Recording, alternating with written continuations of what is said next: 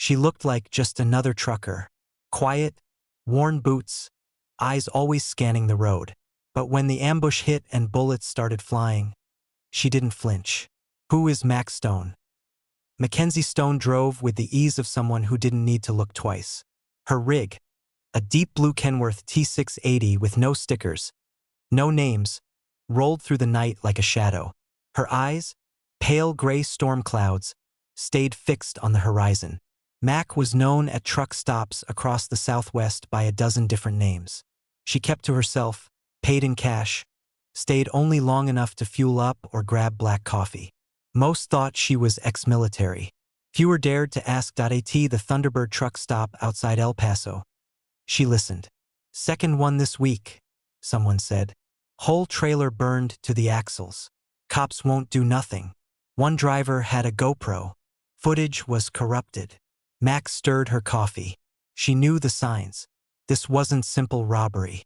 This was surgical, coordinated. Then she heard a familiar name. "Saw Gordon here last week.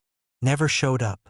Gordon had served under her mentor, Captain Elijah Ray. If he was gone, something was seriously wrong. Later, a man approached. "Stone," he said quietly. "Name's Hoy Watson. I run dispatch for the Independent Transport Association. I used to serve with Ray. We've lost 6 trucks in 3 weeks. Not stolen, burned, drivers missing." He handed her a route map. Red pen circled Route 17, the no-echo stretch.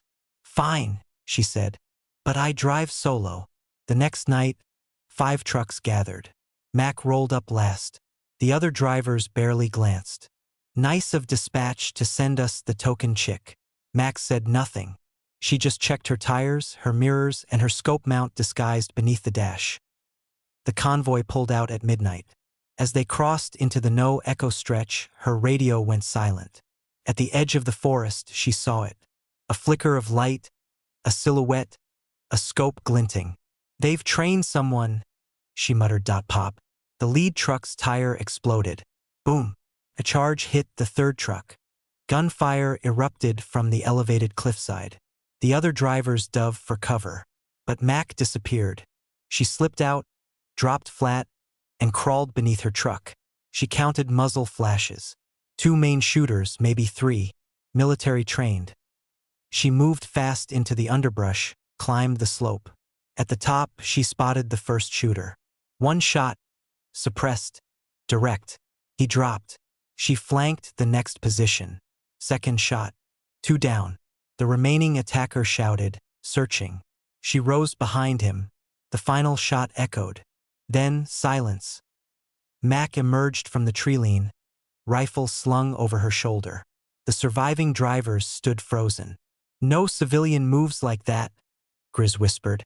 "She moves like Ray." Mac didn't answer. She just handed Vance a radio and said, "We've got wounded. We roll now or we get hit again." From that moment on, Mac Stone wasn't the lady driver anymore. The next day, they regrouped at Grizz's secluded yard. Joey Keene joined them. "I think my cousin was taken." Mac drilled him hard. Meanwhile, Grizz intercepted chatter. Someone had altered route dispatches, redirecting shipments toward abandoned facilities. They found a 4th site, a factory shut down after a chemical spill. They tracked movement for 5 nights. Vans came and go, always between 2 and 4 a.m. On the 3rd night, they glimpsed inside. Rows of crates, sleeping cots, armed guards. "They're not just hitting shipments," Grizz said. "They're building something." Mac unrolled a map marked with entry points. "This ends at the factory." The convoy moved without headlights. Mac led the team inside. Through a glass pane, she saw cots lined up. Drivers sat in silence. A whiteboard read, "Phase 2 adaptation." "They're retraining them," Switch whispered. "Then we shut it down," Mac said. They created a distraction and swept through, securing the hostages. Switch grabbed files. Proof of operations, names, routes, funding. They detonated charges behind them. No casualties, every hostage accounted for. Days later, DeMarcus Hill explained. "They told us drivers would be the new foot soldiers. The man in charge was called Malloy, former Special Forces. They weren't interested in drugs. Their goal was control of supply lines of people. Mac nodded. She'd seen it before. When Mac tried taking the case to authorities, she hit a wall. There's money behind this. No one's pulling the thread. But drivers started changing routes, asking questions. Some spoke Mac's name in whispers. ATA truck stop. Mac watched drivers practice evasive moves. Switch and Joey ran point. Mac stood back, arms folded. More than building an army, they were building a network. And somewhere on the roads tonight, another convoy rolled through, a little more ready, because Mac had been there and she wasn't done.